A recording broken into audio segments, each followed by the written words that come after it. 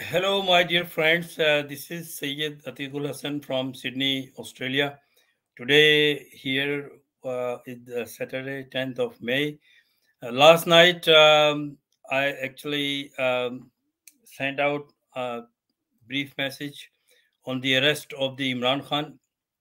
He is in the Rangers, which is a paramilitary force in Pakistan. He's in the custody. As the reports are coming, he has been tortured. He has been beaten by a rod, hit on his head. As we know, he was attacked earlier to kill. He received bullets in his leg. So last night, when he was arrested, while he was in the premises of the Islamabad High Court, he went to register to file a new petition uh, against uh, the charges fined by the NAB, Accountability Bureau of Pakistan. And while he was going for a biometric test, because in Pakistan, if you submit a new petition uh, to the court, you have to go through a process, and which is first you have to identify yourself through a biometric test. Every time you go and you do, which is silly as well, because Imran Khan is a well-known person not only in Pakistan, throughout the world. He is a former Prime Minister of Pakistan. He hold the largest political party, Tehreek-e-Insaf, Justice Party of Pakistan. He is well-known figure for the last 50 years. He was a legend cricketer. Then he entered into the politics. For the last 25 years, he has been building his political party, Tehreek-e-Insaf. In English, you can call it Justice Party, which is a very popular in all the states, 4 provinces of Pakistan, the largest party, and he's the head of that party leadership. Therefore, he is at the moment the top leader in Pakistan who is leading the Pakistan. He is highly qualified politician. He is the only politician who have proper qualification in political science and international relations from London, from Oxford University. He is the only one who came from um, uh, his own uh, political hard work. He does not belong. I mean, he does not belong to any army establishment. Generally, in Pakistan, all the politicians came from the nursery of the establishment, which is the army, except few religious parties, and most of the fanatic religious parties are also created by establishment army. And when I'm saying establishment army, I'm not saying the entire army, but few journals who become the chief of staff, joint chief of staff, they get endorsement before they hold the position from America, from Europe. And now the last chief of staff Bajwa, who retired, and he handed over to a new army chief. They are endorsed by India. They are pro-Indians.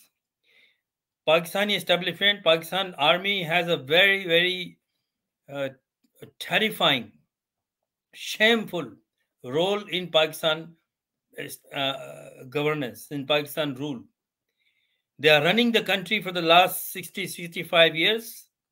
And when they are not practically in power, they bring the so-called duffer, fraud, fake criminals in the government. And this is what happening today.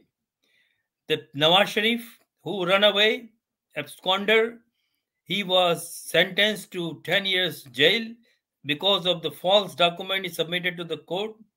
While he was a prime minister, he hold working visa of UAE while he was a prime minister. When it was proven in the court, he was sentenced to 10 years jail. And Imran Khan was, when the prime minister, he was forced to release him on the fake medical grounds. And army, the former army chief Bajwa, he forced the government to release him from the jail, a criminal who was in the jail, on a false medical certificate and put in the plan to London. And he's in London now for the last 4 years. His younger brother, Shehbaz Sharif, another money launderer, corrupt, became the prime minister when Imran Khan, who had the largest seats in the parliament, when they resigned, they actually, the army set up a no confidence to Imran Khan, and when he lost the confidence vote, he resigned. Not only resigned, the entire his members of this party resigned. Imran Khan's party was ruling in Punjab. Imran Khan dissolved the Punjab government, the party, Punjab government, democratic government. Imran Khan dissolved the democratic government in KPK with the belief that according to the Constitution of Pakistan, if a parliament is dissolved, then a caretaker government is made up for 3 months, 90 days, and new election is going to be held. This is what Imran Khan was expecting. Then if he dissolved the assembly, if he dissolved the provincial government, 90 days, there will be an election and Imran Khan contests in the election. Because he knew he wanted to have a 2/3 majority in the parliament so that he can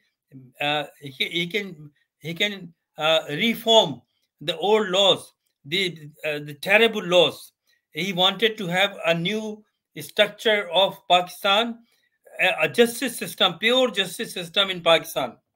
That's why he dissolved his government in the state of Punjab and state of KPK, Khyber Pakhtunkhwa.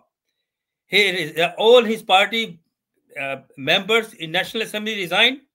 So the opposition party who were in minority became in power.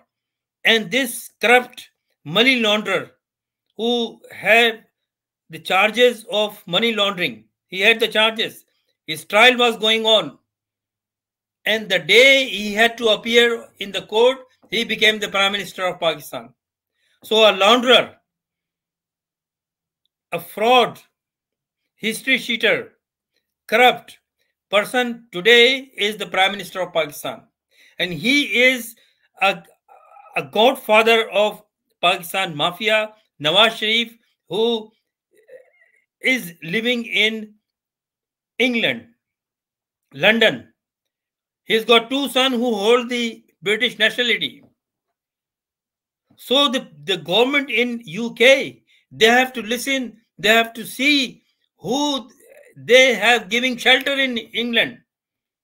These criminals, they have looted the taxpayers' money from the state bank, Reserve Bank. And through money laundering, they made the property in England, Evans Field Apartments. So it's a long history. I just give you a brief for my Australian friends, for my Australian politicians, for the Prime Minister of Australia, for the minister, Australian ministers, and Minister of Foreign Affairs. So please look into this. What is happening in Pakistan? 220 million Pakistanis being hijacked, being tortured by these criminals who are running the government now, backed by the establishment, the corrupt journals.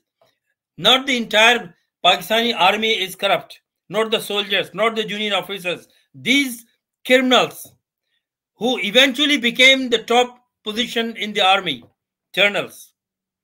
And they make money. They make assets in Australia, in England, in Europe, in other islands. So I would like to request, my humble request to the Australian government, the politician, because we in Australia, the government in Australia, the politician in Australia believe on humanity, believe on equal rights. We in Australia have a true democracy. We value all the democratic countries who are running the fair justice and democratic system. So I would like, being an Australian, I have spent 35 years in Australia. Most of my life I spent in Australia doing the community work, working in the media, in the ethnic media, running my own English multicultural newspaper. I work to bring people together. And so many Pakistanis, they are very good people. They are law-abiding people in Australia. And the same people in Pakistan, they wanted to follow the rules. But the Pakistani mafia, corrupt people running the country, looting the country, they're torturing people, they're killing people, taking people from homes, women, men, children, unknown location, and the people disappeared. And the list goes on and on and on, and thousands of the people who are where they are, we don't know. They abduct the people, throw them somewhere, kill them, whatever they do, we don't know. Recently, a few months ago, they actually forced a well-known journalist, kicked him out from Pakistan. He went to Dubai. They followed him to Dubai. They kicked him to Kenya and killed him in Kenya. This Pakistani ISI, secret agency, this is what they are doing in Pakistan, all around the world. It's shame on us. Shame on us. The only way what we have is to request the Australian government, request all the democratic governments in Europe and America and all the respectful countries who have law and order, who believe on justice, who believe in law and order, who believe the freedom of a common people, citizens.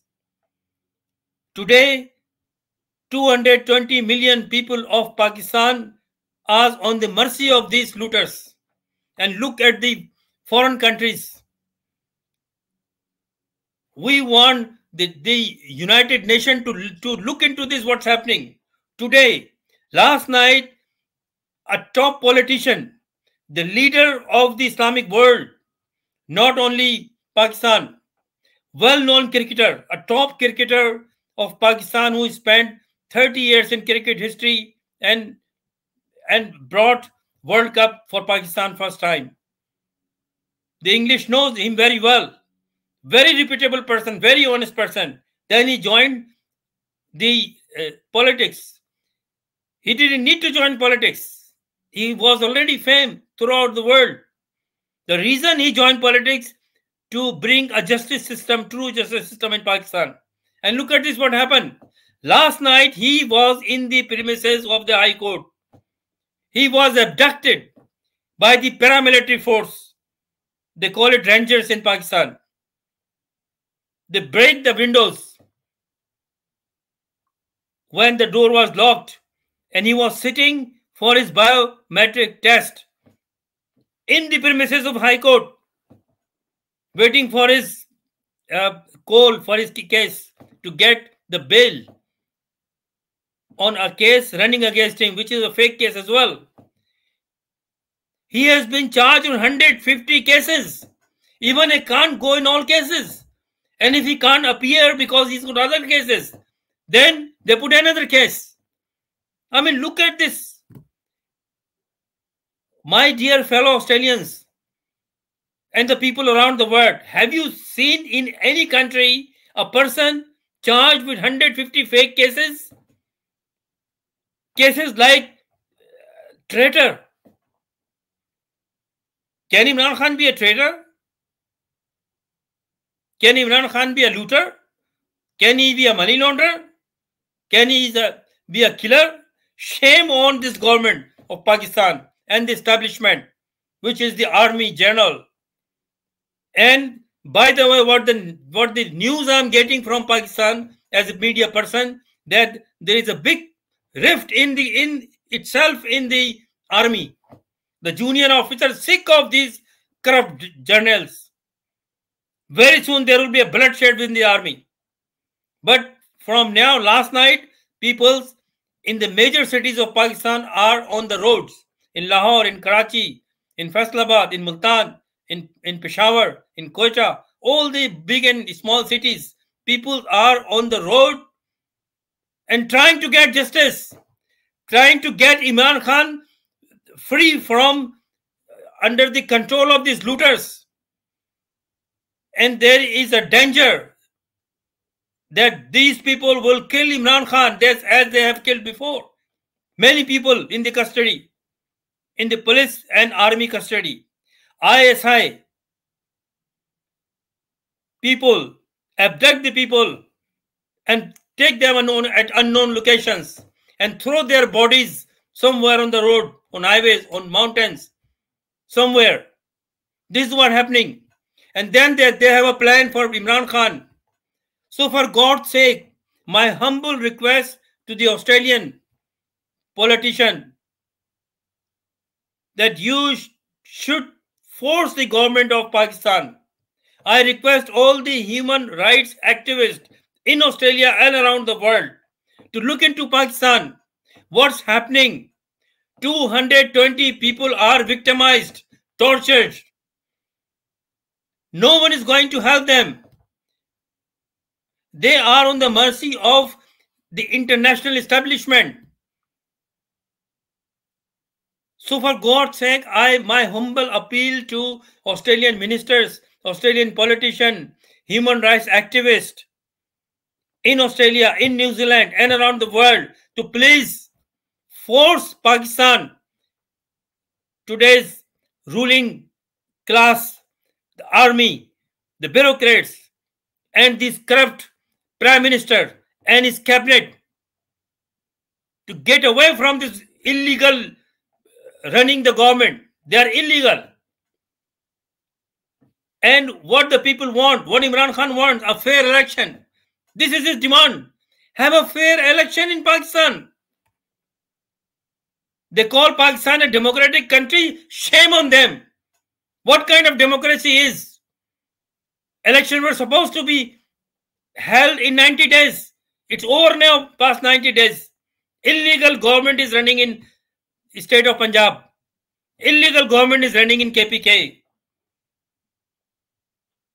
So I request the human rights activists, the leaders, organizations around the world, particularly in Australia, to save Pakistan, to save the people of Pakistan. They are on the mercy of these bastards. Sorry my language. I'm very, very disturbed. Since last night I couldn't sleep.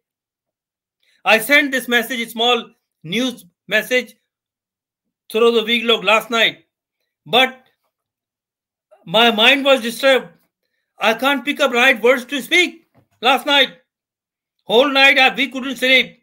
Pakistan didn't sleep. Overseas Pakistanis in Australia, everywhere, did not sleep entire night to watch the news coming from Pakistan. And they are so crook that they have banned the media. They ban all the protest to show on the media. They ban on print media, on electronic media, on social media. They are, arresting the video logger, journalist, abducting them, taking them on unknown places, torturing them. Last night, the entire major cities of Pakistan was burning on the roads. The things, the protest, everything was going on. But there was no news on Pakistani media. Shame on them. And they call it as a democratic country. Is that a democratic country? No. It's more than a dictatorship. Autocracy, everything, every looting, fraud. So please, I would request again my Australian respected leaders to force Pakistani government, my human rights organizations heads, to look into Pakistan without wasting time to save the life of a leader, Imran Khan. Please, he is under the arrest of Pakistan Armed Forces, paramilitary forces, on the false cases of National Accountability Bureau, NAB, which is a false case. There is no way he could take over to the custody and torture. Nothing in the constitution. All this is happening illegal things. So please, this is my humble request. I am sure the Australian government, Prime Minister and Minister of Foreign Affairs must listen. I'll send this video, my message to the government, and please, my honourable member parliaments, Australian, New South Wales member parliaments, federal member parliaments, I request you to please forward this my message to the appropriate top authorities and to Pakistani government to stop this butchering to the people of Pakistan. Immediately release Imran Khan. I'll talk to you soon. Please watch what's happening in Pakistan. Save Pakistan, save the Pakistani nation, who are a very good people, very law-abiding people, but unfortunately now they are on the mercy of these looters, these corrupt mafia ruling the country. Thank you very much.